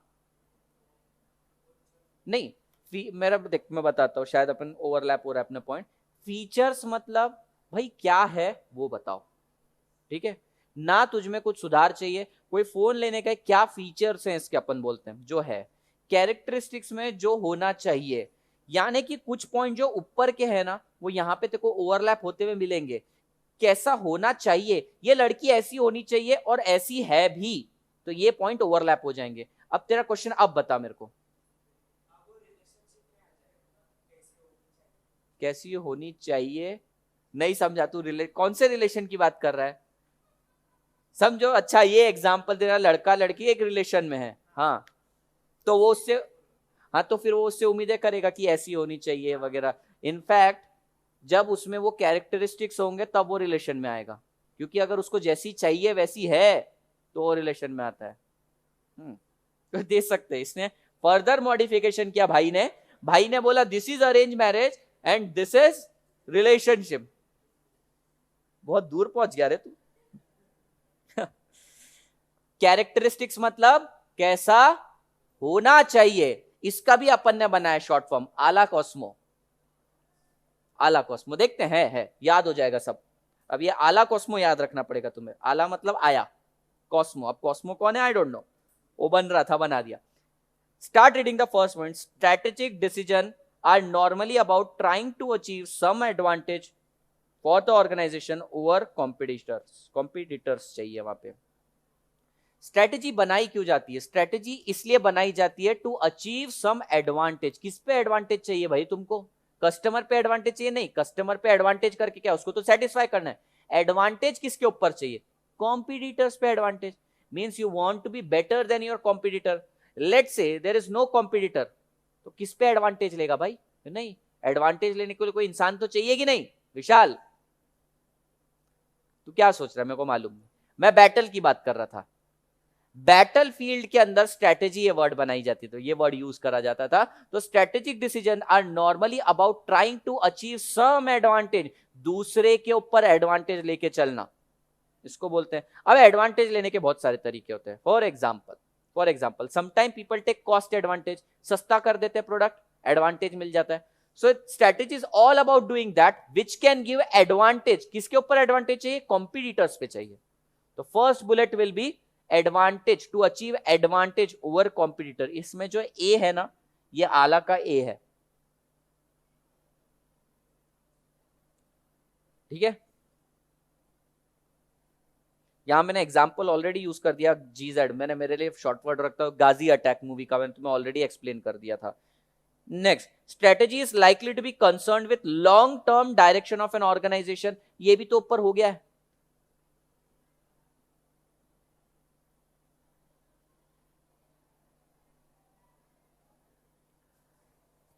लॉन्ग टर्म था ऊपर, ये भी लॉन्ग टर्म ही है।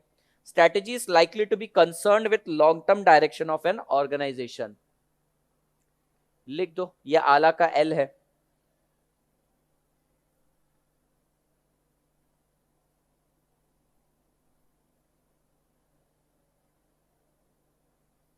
देखो, वी स्मार्ट में एक रूल है। क्या रूल है? अभी बताता हूं तुमको, कि कोई भी इंप्लॉय अपना पर्सनल फोन यूज नहीं कर सकता। उसको अपना पर्सनल फोन करना पड़ता है डिपॉजिट, और उसको यूज करना पड़ता है ऑफिस के फोन। और ऑफिस के फोन तो कंटिन्यूसली ट्रैक होते हैं, तुम लोगों को मालूम है, कोई भी फोन ट्रैक करता है। तो ये क्यों किया गया? इसके कारण जब एम्प्लॉइज से पूछा जाता है तो एम्प्लॉइज बोलते हैं यार हमको बहुत परेशानी हुई, स्टार्टिंग में पूछा गया, और अभी पता चला उस चीज से कि एफिशिएंसी इतनी ज्यादा बढ़ गई कि कस्टमर की, स्टूडेंट की एक भी कंप्लेन नहीं आ रही। क्यों? क्योंकि वो दिन भर कुछ करने को नहीं, इसलिए ऑफिस का काम कर रहे हैं। तो इमीडिएट इंपैक्ट कब दिखता है उसका? लॉन्ग टर्म में दिखता है, शॉर्ट टर्म में दिखता है? लॉन्ग टर्म में ऑब्वियसली। तो स्ट्रेटेजी कभी भी लॉन्ग टर्म डायरेक्शंस की रहती है। तुम शॉर्ट टर्म के लिए कुछ कर रहे हो, अरे वो तो सिर्फ तुम खुद को बचाने के लिए शॉर्ट टर्म ऑब्जेक्टिव्स रहते हैं, तुम अल्टीमेटली लॉन्ग टर्म के लिए काम करते हो। Did you get this point? Long term development बोलो, लॉन्ग टर्म डायरेक्शन के लिए बोलो। Strategy is likely to be concern with long term direction of an organization. Example, जो बैन कर देते हैं फोन यूज करना, तुम्हें मालूम है क्या, काफी जगह तुम कोई भी इलेक्ट्रॉनिक गैजेट लेकर नहीं एंटर कर सकते। अमेजॉन मालूम है तुम्हें? अमेजॉन का जो कॉल सेंटर है पूना में है, वहां पे तुम फोन लेके या कोई भी इलेक्ट्रॉनिक डिवाइस नहीं लेकर जा सकते। वॉच, जो स्मार्ट वॉच है वो भी नहीं ले जा सकते, अपना फोन भी नहीं ले जा सकते, पेन ड्राइव नहीं ले जा सकते, कुछ भी नहीं ले जा सकते। क्यों करा गया ये? क्यों करा गया? ताकि बंदा टाइम पास बिल्कुल ना करे किसी भी चीज के ऊपर, और कस्टमर को कंटिन्यूअसली सर्विस देते जाए। तो इसका इंपैक्ट क्या था? एम्प्लॉय शॉर्ट टर्म में तो नाराज था, लेकिन लॉन्ग टर्म में उसको आदत पड़ गई, और एम्प्लॉयर को उसका फायदा हुआ, आउटपुट बढ़ गया, कस्टमर को सर्विस बढ़ गई। अच्छा तुम बताओ, तुमको दिन भर कुछ करने को नहीं है, इस ऑफिस में मैंने तुमको बिठा दिया, मोबाइल छीन लिया, सब छीन लिया, काम तो तुम्हें करना है, पैसे चाहिए, शौक है इतने, क्या करोगी तुम दिन भर? काम करोगी, क्यों? करना ही पड़ेगा ना, और कुछ करने को है नहीं। दूसरी वाली से बात करो। अच्छा प्रॉब्लम ये हो जाती है अगर बाजू में लड़की मिल गई और दोनों लड़कियां हैं, फिर तो भाई काम आ जाता है तुम्हारे पास। देखो जिसे सास को गाली देती हो, गाली नहीं पर सास की बुराई करती होंगी, तुम्हारी सासू माँ तुम्हारी, मतलब तुम्हारी बुराई करती होंगी, चलता है ये। मतलब यूनिवर्सल ट्रूथ है। सर आपको कैसे पता होता है? मैंने ताजमहल देखा नहीं डजंट मीन कि एग्जिस्ट नहीं करता, ताजमहल एग्जिस्ट करता है, पता है मेरे को सारी चीजें। और इनफैक्ट मेरे को कंटेंट ज्यादा पता रहता है, मेरे को झगड़े भी होते हैं ना लोगों के, मैं बड़े इंटरेस्ट से देखता हूँ, आहा स्टूडेंट के लिए मेरे को कंसेप्ट मिलने वाला है आज। मैं हर चीज में पॉजिटिविटी ढूंढता हूँ। अगला, strategy of an organization is affected not only by the environmental factor and resource availability but also by the value and expectation of those who have power in and around the organization। बहुत अच्छी चीज बोली। ये क्या बोले, तुम्हारे organisation की strategy सिर्फ इंटरनल और एक्सटर्नल फैक्टर्स के कारण चेंज नहीं होती, कौन वो स्ट्रेटजी बना के चलाएगा उस पर भी डिपेंड करती है, वो कैसा सोचता है। मैंने तुम्हें बोला था रिलायंस की सक्सेस स्टोरी, रिलायंस क्यों सक्सेसफुल होगा मैं तुमको बताता हूं। रिलायंस ने गीगा फाइबर लेकर जो आ रहा है, उसके लॉन्चिंग तुम देखना, कौन था उसकी लॉन्चिंग में, उसका बेटा और बेटी थे। उसने अपने सक्सेसर को कि मैं बुढ़ा हो जाऊंगा ना तो कौन मेरी जगह लेने वाला है, उनको पहले ही सामने खड़ा कर दिया। अब धीरे धीरे लोगों का उसमें कॉन्फिडेंस बढ़ने वाला है, क्योंकि वो अनंत अंबानी को, आकाश अंबानी को 20 बार 30 बार कंटिन्यूअसली देखते रहेंगे तो उनको पता चल जाएगा कि हाँ इसके पापा जैसा काम कर सकता है। तो जिस दिन मुकेश अंबानी होगा रिटायर, उस दिन एक स्ट्रॉन्ग उनका सक्सेसर खड़ा हुआ है। तो तुम्हारी जो स्ट्रेटजी है सिर्फ और सिर्फ एक्सटर्नल इन्वायरमेंट पे डिपेंडेंट नहीं है, कौन उसको बना रहा है उस पर भी डिपेंडेंट है। कोई भी कंपनी, तो do you no this thing, cafe coffee day, CCD मालूम है? सीसीडी के मालिक ने आत्महत्या कर लिया अभी, सिद्धार्थ नाम था उसका। अच्छा, इससे प्रॉब्लम क्या हुई, सडनली शेयर का प्राइस गिर गया। सर उसके मरने से शेयर प्राइस को क्या, कंपनी के शेयर होल्डर्स डर गए, अब कंपनी को कौन लीड करेगा। मृत्यु तो अटल सत्य है, हर कोई मरेगा है तो जानते हैं अपन, ठीक है, प्रवचन नहीं था, ये तो बात सही है, हर कोई मरने वाला ही है। फिर शेयर का प्राइस क्यों गिर रहा है भाई, इंसान तो मरता ही है। सक्सेसर रेडी नहीं था, कौन चलाएगा ये रेडी नहीं था। अभी किसी के घर पे डेथ होती है, देखो कई लोगों का ना पहले ट्रांजैक्शन ब्लैक में होते थे, घर पे डेथ हो गई ना सडनली घर पूरा पागल हो जाता। तो दो रीजन से, एक तो बंदा चला गया, दूसरी चीज है जो राज उसको पता थे वो किसी को मालूम नहीं है, सक्सेसर रेडी नहीं था उस टाइम पे। लेकिन कोई इंसान जब रिटायरमेंट लेके एक प्रॉपर एज में जब वो जाता है इस दुनिया से, तब अपने को सिर्फ उसके जाने का दुख रहता है, बिजनेस साइड पे इंपैक्ट नहीं होता। Although it sounds very hard but we are talking only about business, अभी अपन किसी के जीने मरने की बात नहीं कर सकते। बट द सक्सेसर मींस कौन तुम्हारी स्ट्रेटेजी बना रहा है और चला रहा है और चलाएगा, उस पे भी मैटर करता है तुम्हारी strategy. So strategy is not only affected by internal and external environment but also affected by the values and expectation. अच्छा, रतन टाटा यहां पे खड़े और मुकेश अंबानी यहां पे खड़े, तुम दोनों में से किसको चूज करोगे? He will choose Mukesh Ambani, okay, Mukesh Ambani, Mukesh Ambani, Ratan Tata, Ratan Tata, Mukesh भैया, हाँ रतन टाटा, रतन टाटा। जो लोगों ने मुकेश अंबानी बोला ना उनके पीछे एक ही चीज था, डूबती नाव पे क्यों सवार होना। रतन टाटा कितने दिन काम करेंगे, मुकेश अंबानी के पीछे का बैकग्राउंड देखो। लेकिन कुछ लोगों ने रतन टाटा बोला ना, उनके पीछे रीजन ये होगा, मैं अज्यूम करता हूं रीजन ये होगा कि सर वो कंपनी की वैल्यूज देखो, वो कंपनी कितनी एथिकल है। तो अब डिपेंड करता है तुम्हारी स्ट्रेटेजी कैसे बनेगी। रिलायंस की स्ट्रेटेजी क्या, तोड़ो सबको, तोड़ दो, खत्म कर दो। रतन टाटा का ऐसा नहीं है, मेरे को बढ़ना है ना, मैं डाइवर्सिफाई करूंगा, मैं मेरे प्रोडक्ट बढ़ाऊंगा, मैं प्रीमियम क्वालिटी भी प्रोड्यूस करूंगा, लोअर क्वालिटी भी प्रोड्यूस करूंगा, किसी के साथ कंपटीशन में नहीं आऊंगा। अब तुम्हें देखना है कि स्ट्रेटेजी कौन बना रहा है। रतन टाटा की स्ट्रेटेजी लीनियंट, इसकी मुकेश अंबानी की स्ट्रेटेजी एग्रेसिव। तो स्ट्रेटेजी कौन बना रहा है उस पर भी डिपेंड करती है स्ट्रेटेजी कैसी रहेगी। Did you get this? Strategy is not only affected by the internal and external environment, but also by values and expectations. अब भाई टाटा की वैल्यू बहुत ज्यादा है, मतलब कोर वैल्यू अंदर से बहुत वैल्यू है, दैट्स व्हाई उनकी स्ट्रेटेजी अलग रहेगी। एग्जांपल दे रखा है मैंने रिलायंस का सक्सेसर, बस अपने को 4 पॉइंट कवर करने हैं। स्ट्रेटेजी में require major resource change for an organization structuring. काफी सारी कंपनीज के अंदर, you might not be knowing this, coffee machines लगी रहती है। Do you know coffee machine, CCD की कॉफी मशीन लगी रहती है। एक कॉफी कम से कम 25 रुपए में बनती है, कंपनी को कॉस्ट 25 रुपए पड़ती है, एम्प्लॉय से कितना चार्ज करते होंगे जरा बताओ, कुछ भी बोलो, मेरे को मालूम है तुम्हारे आंसर गलत ही होते हैं वैसे भी। हाँ 20 रुपए, आज बहुत सही सही आंसर दे रही है वो। 30, 25 पड़ता है, 30 चार्ज करते हैं, फ्री, फ्री, हाँ 40, लूट मचा रखे, फ्री, 30, फ्री, हमेशा ही फ्री होता है। अब क्या होता है, एम्प्लॉय जिसने घर में चाय नहीं पी रहती है, ठीक है, वो सुबह उठता ही वहीं पर है, ठीक है, ब्रश करके ही आता है, बस वहां से कॉफी लेता है, टाइम है ऑफिस का 10 बजे और 9:30 बजे पहुंच जाता है, ठीक है, क्यों? क्योंकि उसको नाश्ता करना है। नाश्ता क्या रहता है? चाय सुट्टा है, कॉफी सुट्टा, ठीक है, चाय कॉफी इन्होंने ले ली समझो। दिन में कम से कम 5 से 6 ब्रेक इनके कॉफी ब्रेक होते हैं। चलो कैल्सी लो, है क्या कैल्सी? मैं करता हूँ, 25 रुपए की एक कॉफी पड़ती है, ठीक है। एक एम्प्लॉय कितनी बार पी लेता है? चलो ऑन एन एवरेज 5, फोकट की चीज है, 5 बार पी लेते हैं, और उसमें भी अलग अलग टेस्ट आते हैं, तुमको मालूम है, लाटे रहता है, एस्प्रेसो रहता है, बहुत सारे रहते हैं, कैपेचिनो रहता है, तो 5 ऑन एन एवरेज पी लेता है, वो वैरायटी भी चेंज करता रहता है। बड़ी ऑर्गेनाइजेशन में कम से कम 200 लोग 250 लोग तो रहते ही है। 250 पकड़ लिया मैंने, लाइक अमेजोन वगैरह में बहुत लोग काम करते हैं, 31,000 तो सिर्फ कॉफी का खर्चा आ रहा है, इंटू 365, ओ माय गॉड, 1,14,06,250, ये नालायकों के सिर्फ कॉफी का खर्चा है। मेरी कंपनी लॉस में जा रही है और ये नालायक लोग सिर्फ कॉफी पी पी कर 1 करोड़ का तो यही मेरे को डुबा रहे। क्या करना पड़ेगा? स्ट्रेटेजी चेंज करनी पड़ेगी। स्ट्रेटेजी चेंज करनी पड़ेगी मतलब मेजर रिसोर्स चेंज करने पड़ेंगे। अब मेरे को अंदर से ही कंपनी को चेंज करना पड़ेगा। तुम्हें मालूम है, एक्चुअली मैंने जब बिल देखा था, I was in a auditing firm, big four सुना है तुम लोगों ने? बिग फोर नाम सुना है? बिग फोर में ऑडिटिंग फर्म में था, वहां पे हमको अकाउंट्स डिपार्टमेंट से कोई काम नहीं रहता था, पर एक बार गलती से उनका बिल आ गया मेरे पास और मैंने देखा, बाप रे, 3 महीने का कम से कम 20 लाख का कॉफी बिल आता है इनका। 20 लाख का कॉफी बिल। उनको क्या है ना, वो मशीन ऐसी रहती है कि उसमें वही कॉफी चलती है, कॉफी बीन्स वगैरह चलती है, तो वो परचेज करनी पड़ती है, बहुत महंगी जाती है, इतना बिल। और कैफेटेरिया भरे रहते हैं दिन भर। अच्छा, लंच भी 30 रुपए का आता है वहां पे, लंच सब्सिडाइज रेट पर रहता है, बंदा एक ही बार करता है लंच, क्यों? पैसे देना ना। तुम कॉफी 5 रुपए की भी रख दो, सीधा एक्सपेंडिचर हाफ हो जाएगा तुम्हारा, क्योंकि फ्री है ना। लोग क्या करते हैं, एक सिर्फ नहीं जम रहा, रख देते हैं, अरे 25 रुपए गए कंपनी के।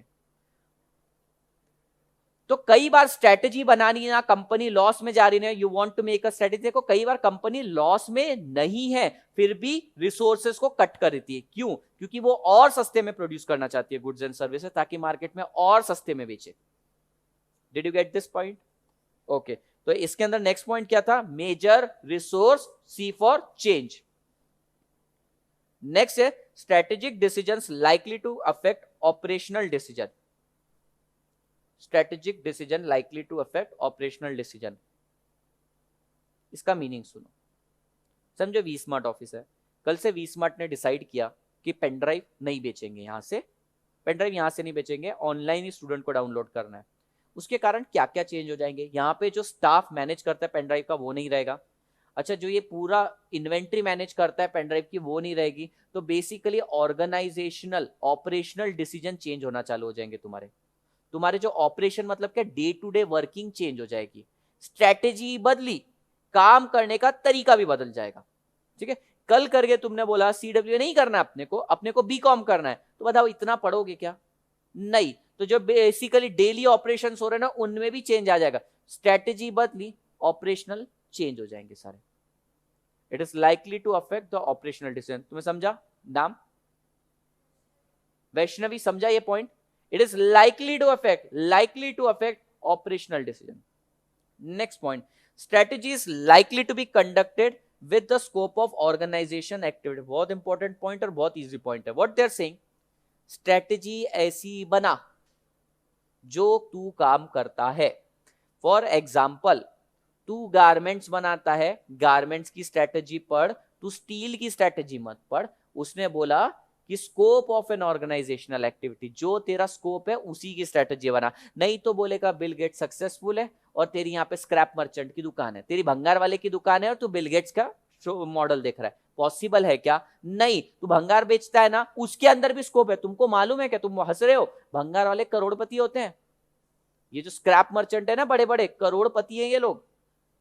काम देखो ना क्या है इनका, भंगार आता है कोई और लेकर आता है, ठीक है, नहीं लाया तो उसको पैसे नहीं देने, लेकर आया तो तुरंत खरीदना है, कॉन्ट्रैक्ट बंदे रहते हैं, तुरंत पैसा लेना है। कितना भंगार प्रोड्यूस होता होगा? बहुत ज्यादा भंगार प्रोड्यूस होता है। 1 रुपए भी कमाया ना तुमने तो दिन भर का कम से कम 10-10, 20-20 हजार किलो भंगार आता है, जो बड़े बड़े भंगार वाले होते हैं। अब सुनने में कैसा लगता है भंगार वाला? पर कमाता कई बार CA CWA से ज्यादा है वो। It's irony. कोई बात नहीं, दैट डजंट मीन कि हम लोग भंगार वाले बनेंगे, पैसे ही सब कुछ नहीं होता है।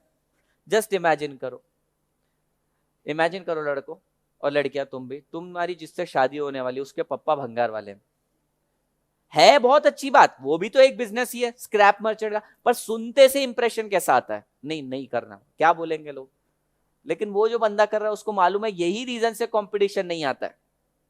Next, strategy can be seen as matching the resource and activities to the environment in which it operates. Strategy बनानी है, ठीक है। तुमको, अच्छा काय का बिजनेस है, किसने हाथ ऊपर किया था बिजनेस के लिए? हाँ, काय का बिजनेस है? Confectionery goods. तुम्हारा? General store. और किसी का है? हार्डवेयर। चलो हार्डवेयर का एग्जांपल ले सकते हैं, हार्डवेयर बेटर समझ में आएगा। हार्डवेयर में इनके पास स्टोर है, शॉप है। अभी इच्छाएं तो इनकी है, कहां पर है शॉप? पूना में? रायगढ़? रायगढ़ में इनकी इच्छा क्या है? वहां का टॉप प्रोवाइडर, सप्लायर बनना है अपने को। ऑब्वियसली इच्छा तो ये रही कि टॉप पे पहुंचना है, लेकिन प्रॉब्लम ये आ जाती है कि रिसोर्सेस लिमिटेड है। रिसोर्सेस बोले तो सर जगह कम है, जगह इतनी नहीं है कि पूरे के पूरे सिटी को अपन एक साथ केटर कर सकें, पूरे पूरे सिटी को अपन हार्डवेयर का इक्विपमेंट्स प्रोवाइड कर सके। पहला, इतना अगर जगह रही भी मेरे पास तो इतना रॉ मटेरियल कैसे लेकर आऊंगा या लेकर आऊंगी। दूसरा, इतना सब मेंटेन करने के लिए स्टाफ रखना पड़ेगा, इतना स्टाफ मेंटेन करना डिफिकल्ट है। तो सर मेरे को ग्रो तो करना है, लेकिन अवेलेबल रिसोर्स इतने नहीं है जितना आप बात कर रहे हो। स्ट्रेटेजी तो बनानी है सर, अपने को सिटी का टॉप का बनना है, तो क्या करेंगे हम? हमारे पास जो रिसोर्सेस है उसको एक्टिविटीज के साथ मैच करेंगे। मैचिंग मतलब क्या होगा? जो अवेलेबल है और जो करना है उन दोनों को मैच किया जाए। मानो तुम्हारे पास इतना है कि तुम 1/5 ऑफ द सिटी को हैंडल कर सकते हो, तो तुम्हारे पास रिसोर्स कितने हैं? 1/5। और एक्टिविटी क्या है? कॉन्कर करना है मार्केट को, तो तुम मैच करोगे, I will conquer 1/5 of the market. Did you get this point Vasundhara? समझा? वसुंधरा, इसमें मैंने ये चीज बोली है कि तुम्हारे पास जितने रिसोर्सेस हैं उतना ही पहले तो स्ट्रेटेजी बनाओ। तुम स्ट्रेटेजी बना, चलो तुम्हारे को मान लो मोबाइल फोन बनाने आता है, रिपेयरिंग करने आती है, तो तुम नहीं बोल सकते कि कल करके मैं OnePlus को ही बीट कर देता हूं। नहीं नहीं नहीं नहीं, ज्यादा से ज्यादा क्या होगे? पहले तुम एरिया को कैप्चर करने की सोचोगे। वो भी छोड़ो, चलो निरमा, निरमा पाउडर बिकता है, तुमने भी सोचा हम चमको डिटर्जेंट पाउडर बनाएंगे। चमको, इसको तुम कपड़ों में डालो, येलो कलर का कपड़ा भी व्हाइट हो जाता है, इतना ज्यादा चमक जाता है कपड़ा। ब्लैक डालो वो भी व्हाइट हो जाता है, चमको डिटर्जेंट बना दिया। तुम बोलते हो अरे बाप रे इतना अच्छा मैंने बना दिया, टाइट से भी बढ़िया बना दिया, आज क्या आज मैं टाइट को खरीद लूंगा। पॉसिबल है क्या? नहीं बे, तेरे रिसोर्सेज देखना कितने से हैं। तू जरा सी इतनी सी फैक्ट्री में काम करता है, ठीक है, उसमें भी आधा दिन लोग आते नहीं है, किसी का बर्थडे, किसी का पाहुने आए, किसी का ये हुआ, किसी का बच्चा, ये सारी चीजें चलती रहती है। अब तू देख भाई, तेरे पास रिसोर्सेस कितने हो, तेरे को अचीव कितना करना है, मैच कर। तू बोलता है मेरे को चांद पे जाने का है, लेकिन तेरे पास अभी सिर्फ साइकिल है, टाइम लगता ना भाई। तो वही बोल रहा है, मैच करो रिसोर्सेस को। समझ में आया? नेक्स्ट पॉइंट क्या था? Matching. Matching the resources and activities, बस इतना ही। Last point, the strategy can be seen as stretching of organisation resources and competency to create new opportunity और कैपिटलाइज देम। लास्ट लाइन उन्होंने बहुत वेग लिखी है, वेग मतलब क्लियर नहीं लिखी। उन्होंने क्या बोला? स्ट्रेटेजी का मतलब क्या होता है पता है? नई अपॉर्चुनिटीज को लाना। बस इतना ही उन्होंने बोला। लैंग्वेज थोड़ी अलग है। देखो, strategy can be seen as stretching organization resource, अपने पास जो रिसोर्स है उनको पूरी तरीके से यूज करना ताकि नई अपॉर्चुनिटीज यूज करें। अपने पास एग्जिस्टिंग रिसोर्सेस है उनको इस तरीके से यूज करना कि नई अपॉर्चुनिटीज मिल जाए। For example let's say I have 2 hours मोर, मेरे पास दिन में 2 घंटे बच रहे हैं। मैं एक ह्यूमन हूं, मैं एक रिसोर्स हूं। मैं जब खुद की कैपेबिलिटीज को स्ट्रेच करूंगा तो मुझे पता चलेगा मेरे पास 2 घंटे ज्यादा है। क्या कर सकता हूं इस 2 घंटे में मैं? बताओ, तुम मेरे एंगल से सोचो कि मेरे लिए सबसे ज्यादा बेनिफिशियल क्या रहेगा इस 2 घंटे में करने में। बोलो कुछ भी। क्या करूं? यानी रिसर्च करूं? हाँ, तू क्या बोलता भाई? हाँ, मैं क्या करूंगा ये तू बता। हाँ मतलब मैं क्या करूंगा ये तुम्हें बताना है, अभी बताओ। तुम्हें क्या लगता है, क्या कैसे सबसे ज्यादा आराम करें? कह सकते हैं आराम कर सकते हैं। तुम क्या बोलोगी चंद्रकला? New class. सबसे ज्यादा मेरे दिमाग में, हाँ तुम बोलो। New consultancy, new clients. तो इन लोगों ने बोला ना, सबने सही बोला। अब स्ट्रैटेजी इज अ फिलोसॉफी, कल ही मैंने बोला था strategy is also philosophy, management तो है ही फिलोसॉफी। सबने अपना अपना अलग इंटरप्रिटेशन दिया। तुम्हारे पास अगर 2 घंटे एक्स्ट्रा होते तो तुम क्लास ले लेते, तुम्हारे पास 2 घंटे एक्स्ट्रा होते तो तुम क्या करते, कंसल्टेंसी। तुम आराम करने के लिए बोलते हो, तुमने क्या बोला था, रिसर्च करने के लिए बोलते हैं। तो मैंने क्या किया, existing, I am a resource, मैंने खुद को स्ट्रेच किया। मुझे पता चल रहा है मेरे पास टाइम है, तो अब मैं नई अपॉर्चुनिटीज देख सकता हूं। इसने जैसे नई अपॉर्चुनिटीज बोला क्लास, इसने बोला वही टाइम में सर आप कंसल्टेंसी दो, सो न्यू अपॉर्चुनिटी ले सका। कैसे पॉसिबल हुआ ये, सर 2 घंटे आपके पास एक्स्ट्रा थे। 2 घंटे कैसे निकले, दिन में तो तुम्हारे पास भी 24 है, मेरे पास भी 24 है, या मेरे पास 26 आते हैं। नहीं, स्ट्रेच किया खुद को, खुद के रिसोर्स को। मैं देखो one man army, I am a resource in myself, ठीक है। हर टीचर का ऐसे ही रहता है, they are resource in itself. तो मैंने खुद के, मैं रिसोर्स हूं, मैंने खुद को इतना स्ट्रेच किया कि मुझको पता चला कि हाँ I have 2 hours more, now I can create new opportunity. समझ में आया क्या, ठीक है। एक बार पॉइंट वापस पढ़ते हैं। पहला, द स्ट्रेटेजी, कितना टाइम बाकी है तुम्हारा, हो गया, ठीक है, ये कल कर लेंगे। इसके शॉर्ट वर्ड्स है आला Cosmo, ALACOSMO। Advantage, advantage, long term direction, affected not only by environmental factor but also by the decision of people who are taking it. Next is strategy may require major resource change, resource change का मैंने तुम्हें coffee machine का example दिया था, operational decisions का भी एक example दिया था मैंने तुमको। Then scope of organization activity, मैंने बोला था तुम काम कर रहे हो स्क्रैप मर्चेंट का और तुम पॉलिसी ले रहे हो एप्पल की, वो नहीं चलेगा, तो जो तुम्हारा स्कोप है वही काम करने का। नेक्स्ट है matching the resources, matching the resources मतलब we want to capture everything but हमारे पास रिसोर्स कितने हैं वो देखना है। And last is creating new opportunity by stretching the availability of resources. कल इतना पढ़ के आना, तुमने पॉइंट्स लिख लिए? नहीं, ठीक है, चलो, thank you guys, that's it for the day.